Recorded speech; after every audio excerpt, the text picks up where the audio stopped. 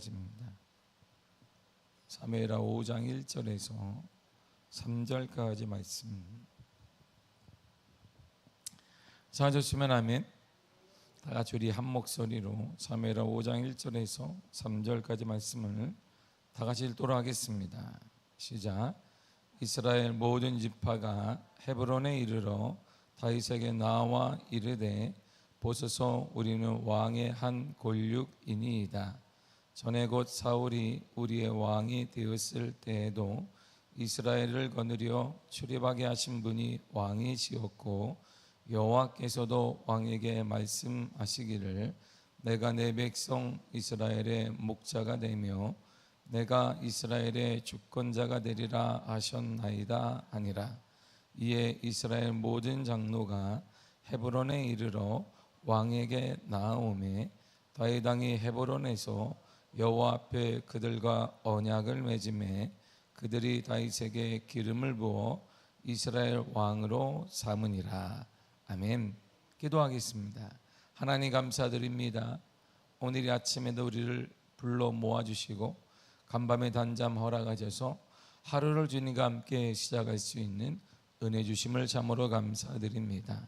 하나님과 더불어 살아가는 인생 영원한 삶이 되게 하여 주시며 주님과 함께 주님의 은혜와 함께 주님의 임재와 함께 살아가는 복된 삶을 허락하여 주옵소서. 말씀이 곧 하나님이신데 하나님 만나는 귀한 시간 우리에게 허락하심을 감사하며 예수님의 이름으로 기도했습니다. 아멘. 다윗이 하나님의 은혜로 이스라엘 왕으로 쓰임받게 되었습니다. 그가 이스라엘 왕으로 쓰임받게 되었던 여러 가지 이유가 있는데 성경은 다윗이 하나님의 은혜로 이스라엘 왕이 된 것은 다윗의 뛰어난 용맹함이라든가 다윗의 뛰어난 지혜라든가 가문이 좋았다든가, 물론 가문은 당시 이스라엘 백성들이 볼 때 목동의 가문이었기 때문에 목자의 가문이었기 때문에 이스라엘의 생각으로는 썩 좋은 가문은 아니었던 것 같습니다. 아무튼 가문, 능력, 기타 등등의 기본적인 자질을 가지고 있기 때문에 이스라엘 왕이 되었다라고 성경은 말해주지 않습니다. 하나님의 은혜로 이스라엘 왕이 되어 쓰임받게 된 이유는 첫째로 원수들 사울 왕이나 그의 아들 이스보셋의 죽음을 진정으로 아파하는 마음을 가졌기 때문이요, 공감하는 마음을 가졌기 때문입니다. 둘째로 죄에 대해서 단호한 태도를 보였기 때문입니다. 사울의 죽음에 관여한 아말렉 청년을 처형하게 됩니다. 이스보셋의 죽음에 관여한 바나와 레갑을 처형하게 됩니다. 아무리 내 적이라 할지라도 하나님의 기름 부은 자, 하나님의 뜻이 아닌 것에 대해서 죄에 대해 단호한 태도를 취했기 때문에 하나님이 그를 통해 영광 받으시고 왕으로의 역할을 주신 것입니다. 마지막 세 번째는 그는 화합하고 화평케 하는 자였기 때문입니다. 요압이 자신의 명령 없이 사울의 총지휘관인 아브넬을 죽여버렸습니다. 이를 수습하면서 대민족 차원의 화합을 그는 도모하게 됩니다. 원수인 사울과 이스보셋 그리고 아브넬의 장례식까지 국장으로 치러주게 됩니다. 특별히 아브넬은 왕족이 아님에도 불구하고 왕이 아님에도 불구하고 대민족 차원의 화합을 위해서 아브넬을 국장까지 치러주게 됩니다. 화합과 하나님에 대한 최선을 다한 자가 바로 다윗입니다. 이러한 자질 때문에 그는 하나님의 은혜로 이스라엘 왕이 되었고 하나님께 쓰임을 받게 되었던 것입니다. 특별히 성경은 저와 여러분들이 이렇게 말해주고 있습니다. 마태복음 5장 9절에 다 같이 읽겠습니다. 시작. 화평하게 하는 자는 복이 있나니 그들이 하나님의 아들이라 일컬음을 받을 것이며. 아멘. 화평하게 하는 자는 복이 있습니다.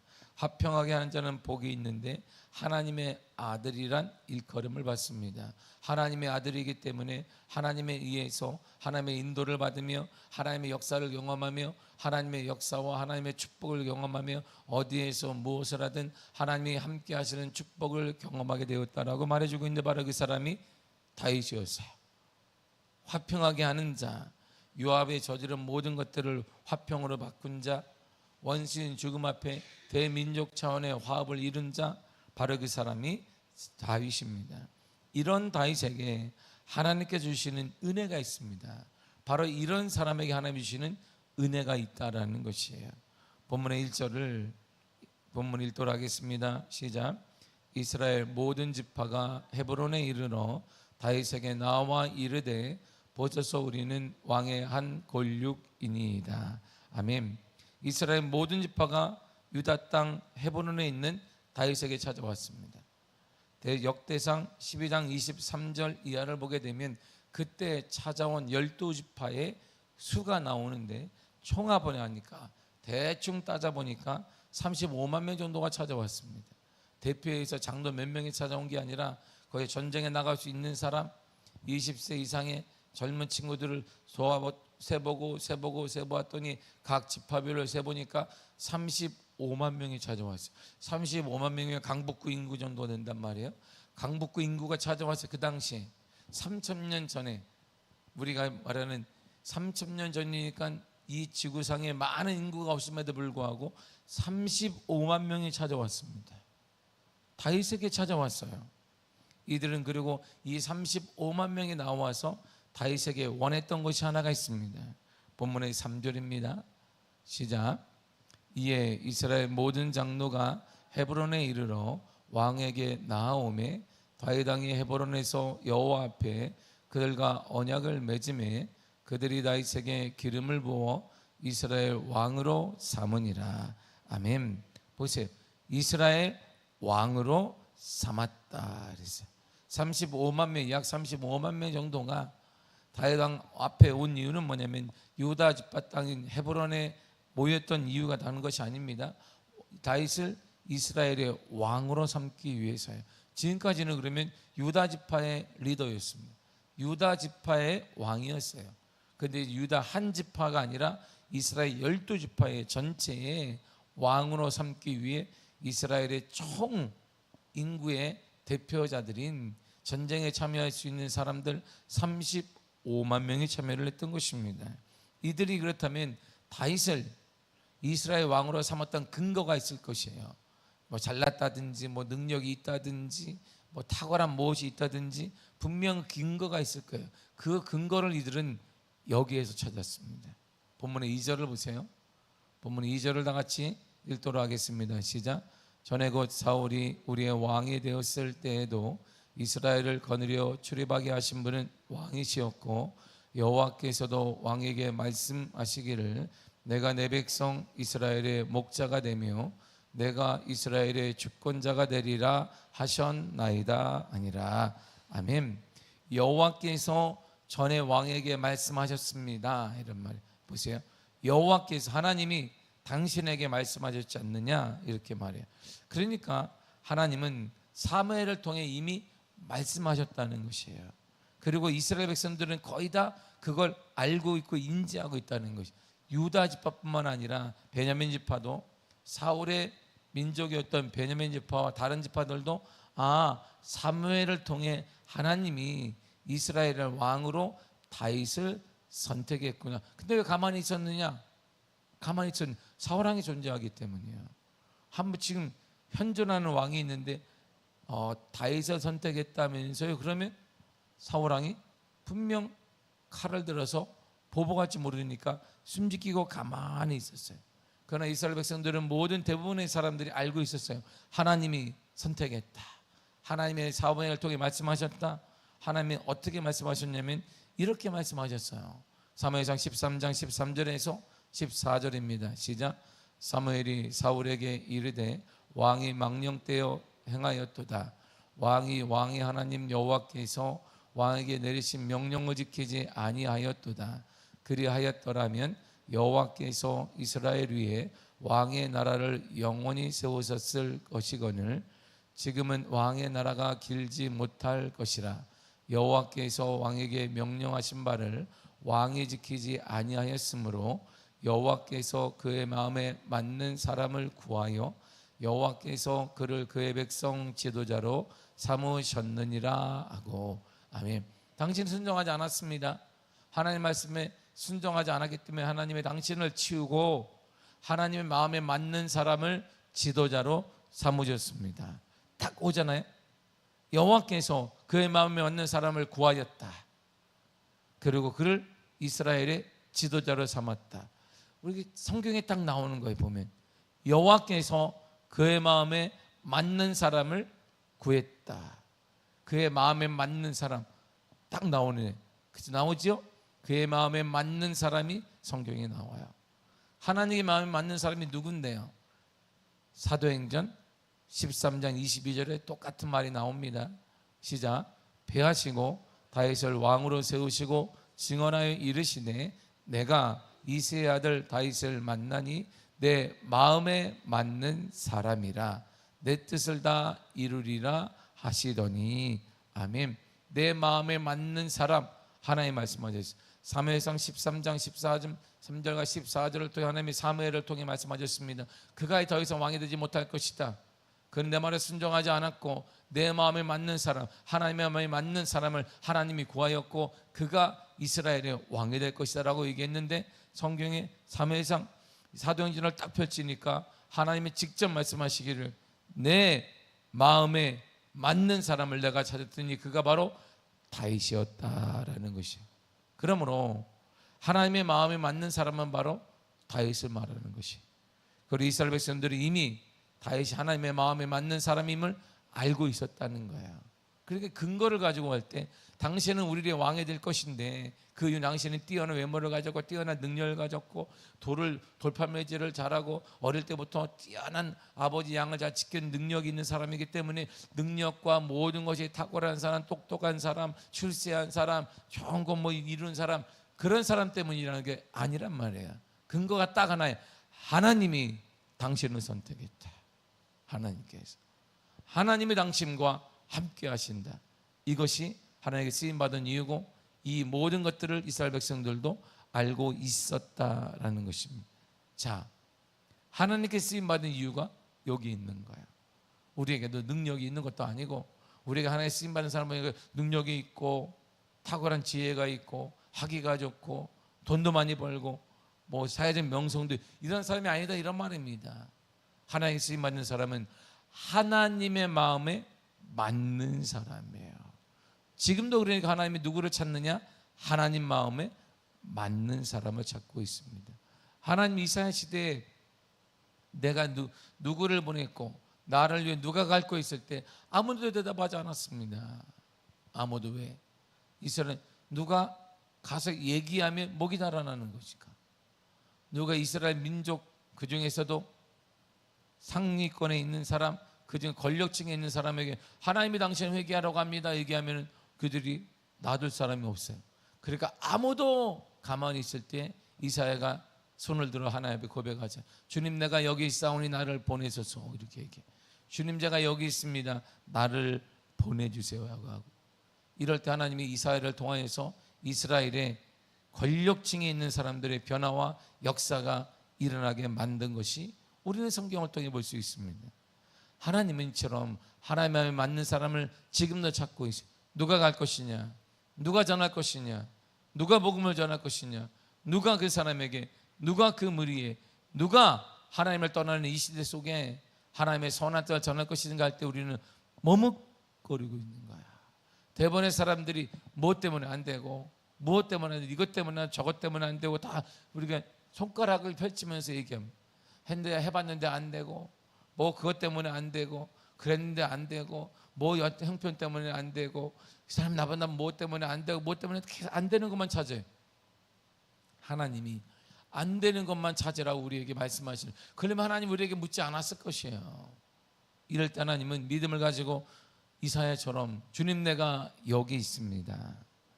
이렇게 하나님의 마음을 시원케 여기는 사람, 그 사람 하나님이 지금도 찾고 계시고 그 사람을 통해 선한 은혜가 여러분들의 삶에, 여러분들의 가정의 가문에, 우리 교회 이 인근에 나타나게 되는 것입니다. 그렇다면 이들이 왜 가만히 있었을까요? 이게 의문이에요. 다 알고 있잖아. 하나님이 말씀하 사무엘을 통해 말씀하여 다 알고 있는데 왜 그러면 35만 명이 가만히 있었느냐? 유다 지파를 뺀 그들은 왜 가만히 있었느냐? 11지파 사람들은 왜 가만히 있었느냐? 이런 말이에요.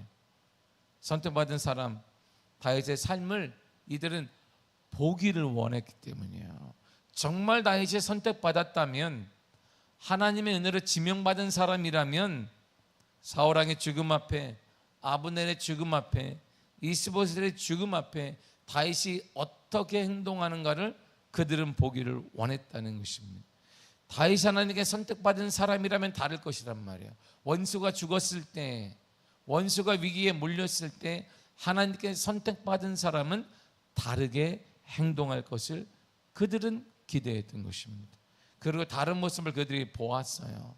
이스보셋의 죽음 앞에 취한 행동, 그리고 아브넬의 죽음 앞에 취한 행동, 사울의 죽음 앞에 취한 다윗의 행동을 보고 저 사람 맞네, 저 사람이 하나님이 선택받은 사람이구나 라고 그들은 깨닫고 그때서야 그들의 마음이 움직이기 시작한 거예요.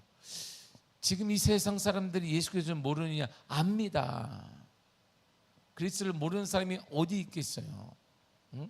TV 되면 12월 달 되면 TV에 계속 나와요. 성탄절에 대한 얘기가 나와요. 예수를 모르는 사람이 어디 있겠습니까? 다 압니다. 그리고 나가서 뛰두르고 뭐하고 있으면 전도하는 것도 단번에 압니다. 모든 사람들이, 이 땅의 사람들은 알아요. 근데 왜 아는데 이들이 교회를 향해, 예수를 향해 오지 않느냐? 보는 게 없기 때문이에요. 그를 믿는 사람, 예수를 믿는 사람, 예수를 믿는 교회가 그처럼 움직이지 않는, 보이지를 못하기 때문에 오지 않는 것입니다. 이들이 35만 명이 다윗에게 몰려간 이유는 다윗의 삶을 보았기 때문이에요. 원수를 대하는 그의 삶, 대민족 차원을 위해서 국장으로 치러주고 사울까지도 품고 아브넬도 품고 이스보셋도 품는 그 넓은 마음을 이들이 보았기 때문에 그때 마음이 움직인 것이에요. 지식과 행동은 다른 것이에요. 아는 것과 실천하는 건 다른 것인데 이들은 알기만 했는데 다윗의 삶을 통해 마음이 요동하고 행동이 일어나게 된 것입니다. 지금도 세상 우리가 진정한 하나님의 자녀인간을 보기를 원하고 있다, 이런 말이죠. 만약 그런 모습이 보이지 않는다면 우리를 세워주고 인정하기보다는 세상 사람들은 우리를 괄시하게 될 것입니다. 우리 예수를 알아요. 왜 존재하는지, 교회가 존재하는 이유도 압니다, 세상은. 그런데 그들의 발길을 교회 안으로 들이지 않는 것은 본 적이 없기 때문이에요. 그렇게 살아가는 사람들, 믿음으로 살아가는 사람들, 예수님의 삶처럼 살아가는 사람들 본 적이 없기 때문입니다. 더 이상 우리가 진정한 하나님의 자녀의 모습을 보이지 않는다면 세상은 저와 여러분들을 향해 이렇게 대우할 것입니다. 마태복음 5장 13절입니다. 시작. 너희는 세상의 소금이니 소금이 만일 그 맛을 잃으면 무엇으로 짜게 하리요? 후에는 아무 쓸데없어 다만 밖에 버려져 사람에게 밟힐 뿐이니라. 아멘. 우리가 세상이 소금인데 소금의 역할을 못하게 되면 버려지고 밟히게 되는 것. 지금 우리의 현실인 것이, 오늘 기독교인 현실이기도 하고 교회 현실이 바로 저렇게 된 이유는 뭐냐면 소금 역할을 못하기 때문입니다. 우리가 보기를 원하는데 삶이 없기 때문이에요. 사랑하는 성도 여러분, 35만 명의 사람들이 다윗에게 달려왔습니다. 그래서 그들은 그를 왕으로 세웠습니다. 유다의 왕이 아니라 이제 온 이스라엘의 왕으로 그를 삼았습니다. 그리고 하나님의 은혜 가운데 그때 다윗의 나이가 30살이었어요. 30이라는 의미는 뭐 다음에 하겠지만 대단히 큰 것이, 요셉도 30이었고 예수님도 30이었으며 기타 등등 30이 주는 의미는 성경에서 대단히 많습니다. 4절과 5절이 우리들에게 얘기해 줄, 그걸 떠나서 분명한 사실은 하나님이 다윗을 다윗에게 아주 쓰임받았던 이유, 35만 명이 찾아와 그를 왕으로, 이스라엘 전체 왕으로 세웠던 이유는 하나님의 선택한 사람이라는 증거의 삶의 모습을 그들이 보았기 때문에. 세상이 움직이고 가정이 움직이는 만한 가장 큰 능력은 우리가 많이 배우고 많이 가졌기 때문이 아니라 우리의 삶을 통해 예수 그리스도의 모습이 보여질 때 가능한 것이, 여러분들의 언어를 통해, 여러분들의 말하는 것을 통해, 여러분들의 삶을 통해, 사고하는 것을 통해 예수 그리스도의 모습이 보여질 때 가능한 것입니다. 여러분과 함께하는 그 사람이 여러분들의 언어, 여러분들의 쓰는 말, 쓰는 행동, 쓰는 삶을 통해, 여러분들이 살아가는 모습을 통해 예수 그리스도의 모습을 볼 수 있을 그때에 변화가 일어나는 거예요. 그들이 찾아와 하나님의 역사를 일구게 될 것입니다. 그런 놀라운 축복의 은혜가 여러분들의 삶의 이 아침에도 가득하기를 간절히 축복합니다. 기도하겠습니다. 하나님 감사합니다. 주의 은혜 허락하심을 감사드립니다.